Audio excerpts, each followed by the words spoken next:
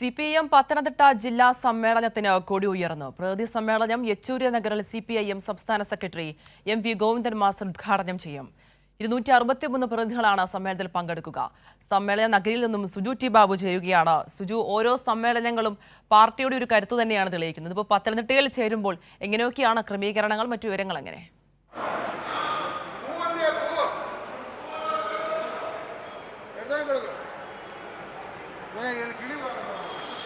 തീർച്ചയായിട്ടും ആതിര, പാർട്ടിയുടെ കരുത്ത് തെളിയിച്ചുകൊണ്ട് തന്നെയാണ് സമ്മേളനങ്ങൾ കടന്നു പോകുന്നത്. പത്തനംതിട്ട ജില്ലാ സമ്മേളനത്തിന് ഇന്നലെ പൊതുസമ്മേളന നഗരിയായ കോടിയേരി ബാലകൃഷ്ണൻ നഗരിയിൽ പതാക സംഘാടക സമിതി ചെയർമാൻ S അജയ്കുമാർ ഉയർത്തിലൂടെ തന്നെ സമ്മേളനത്തിന് തുടക്കമായിരിക്കുകയാണ്. അല്പസമയത്തിനുള്ളിൽ തന്നെ പാർട്ടി ഈ സമ്മേളന വേദിയായിരിക്കുന്ന യെച്ചൂരി നഗരിൽ പാർട്ടിയിലെ ജില്ലയിലെ മുതിർന്ന നേതാവായിരിക്കുന്ന K അനന്തഗോൻ പതാക ഉയർത്തും. അതോടുകൂടി തന്നെ സമ്മേളന നടപടിയിലേക്ക് കടക്കും.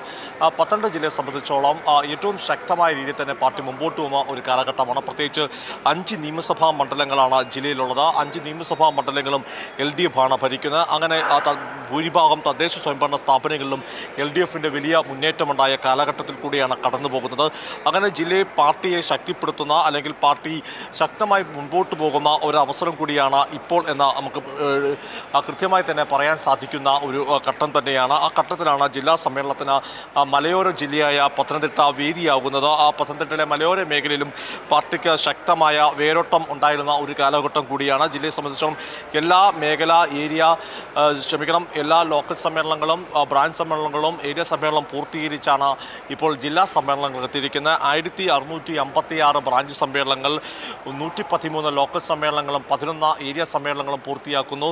23,932 പാർട്ടി അംഗങ്ങളാണ് ഈ പത്തനംതിട്ട ജില്ലയിലുള്ളത്. മുഴുവൻ ലോക്കൽ സമ്മേളനങ്ങളും മുഴുവൻ ബ്രാഞ്ച് സമ്മേളനം പൂർത്തിയാക്കുമെന്ന് പറയുമ്പോൾ അതിൻ്റെ ജനാധിപത്യ സ്വഭാവത്തെ തന്നെ സൂചിപ്പിക്കുന്നു. മറ്റ് പല രാഷ്ട്രീയ പാർട്ടികളിലും നേതൃത്വത്തെ നിശ്ചയിക്കുന്നത് ദേശീയ നേതൃത്വം, നോമിനേഷനുകൂടിയോ അപ്പോയിൻമെൻറ്റുകളാണെങ്കിൽ CPM അങ്ങനെയല്ല. ബ്രാഞ്ച് തലം മുതൽ തന്നെ കൃത്യമായി ബ്രാഞ്ച് സെക്രട്ടറിയും ലോക്കൽ തലത്തിൽ ലോക്കൽ സമ്മേളനം കൂടി, അങ്ങനെ ഏരിയ സമ്മേളനം കൂടി പൂർത്തീകരിച്ചുകൊണ്ടാണ് ഇപ്പോൾ ജില്ലാ സമ്മേളനത്തിലെത്തിക്കുന്ന. സെപ്റ്റംബർ മാസത്തോടെ ബ്രാഞ്ച് സമ്മേളനങ്ങൾ പൂർത്തിയാക്കുകയും ഒക്ടോബർ മാസത്തിൽ ലോക്കൽ സമ്മേളനങ്ങൾ പൂർത്തിയാക്കി നവംബർ ഡിസംബർ മാസത്തോടെ ഏരിയ സമ്മേളനങ്ങൾ പൂർത്തിയാക്കിയാണ് ജില്ലാ സമ്മേളനങ്ങളിലേക്ക് കടന്നിരിക്കുന്നത്. ശരി, സുജു ടി ബാബു ആണ് വിശദാംശങ്ങൾ നൽകിയത്.